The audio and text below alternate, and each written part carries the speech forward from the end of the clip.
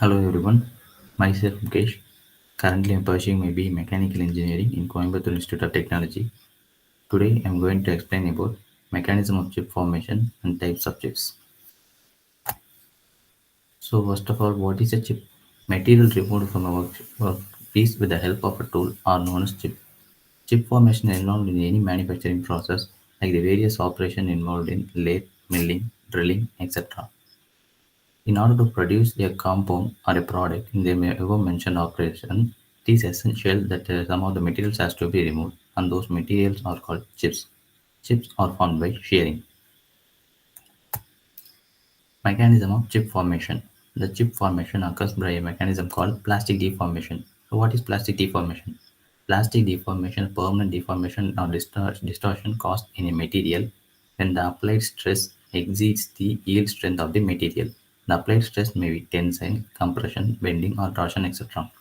For example, in the given diagram, a load is applied over a material, and when it exceeds the yield strength, the material undergoes permanent deformation and it cannot regain its original shape even after the removal of the material.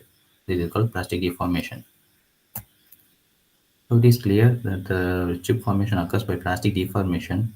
So, and the plastic deformation takes place when a material or tool applies a stress in in the workpiece during manufacturing.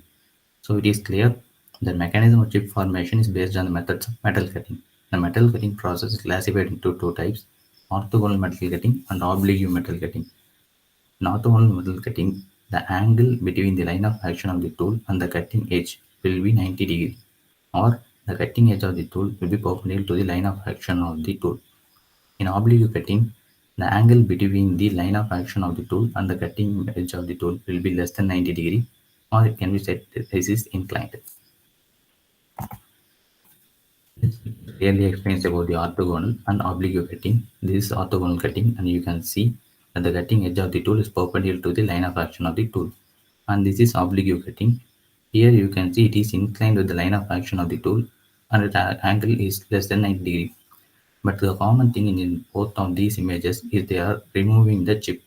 You can see that the tool is providing a force or stress during machining, so that the material had to undergo fracture to relieve from its pressure, and it removes along the direction of the tool, and this removed material are called chips.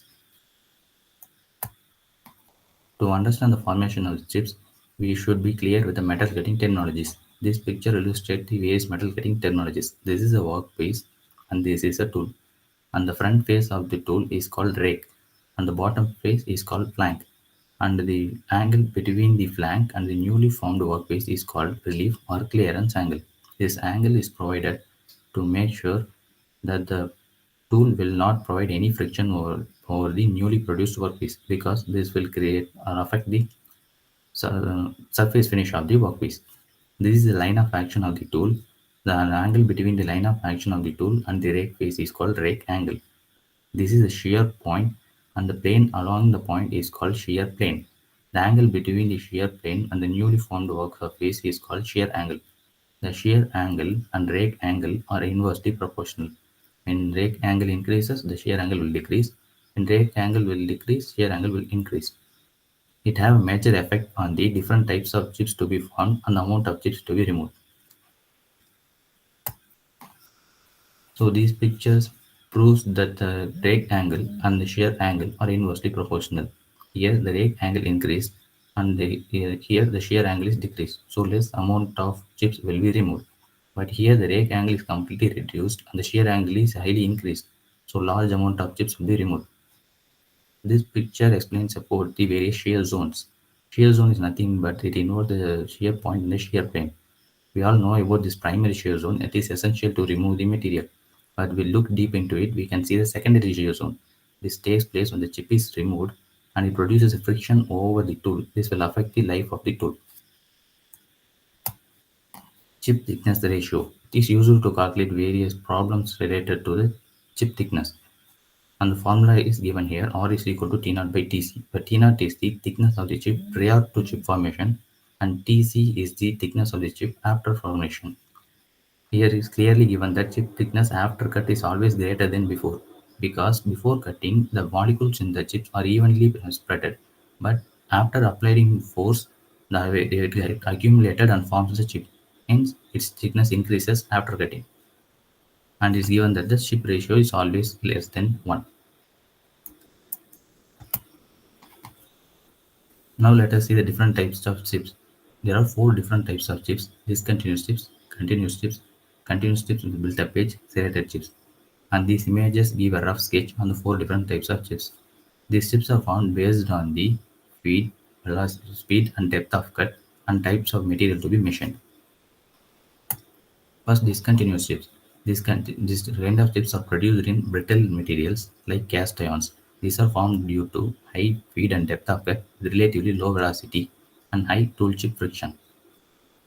This will also produces irregular surface finish. This GIF file will show you the formation of discontinuous chips. Here you can clearly see the formation of discontinuous during cutting, and hence it will produce irregularities in the surface, and the poor surface finish will be produced.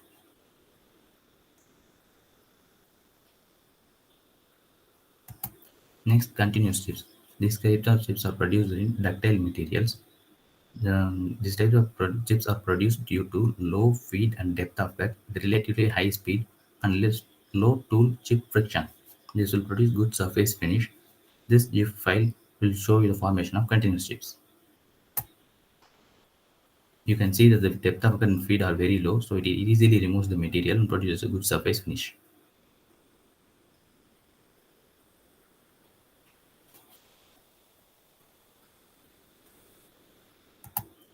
Next, continuous chips build-up edge. This is also produced in ductile materials. This is produced due to low feed and depth of cut with low and medium cutting speed with high friction between the tool and chip. Due to low speed, mm, Due to low speed during the machining, the friction causes increase in temperature, and some of the material will be accumulated and provides a projection in front of the cutting edge. Sometimes this cutting edge and projection will be removed along with the chips, and some cases it will be slip below the tool and form irregularities in the produced workpiece and affects the surface finish. This GIF file shows you the formation of the built-up edge and it affecting the surface finish of the material. Finally, serrated chips. These are semi-continuous chips produced in the materials that are difficult to machine, like titanium alloys, nickel-based super alloys, etc. These are caused due to alternative high shear and low shear strain zone. With when they are cut at a very high speeds, these produce chips with a sawtooth-like structure. Thank you.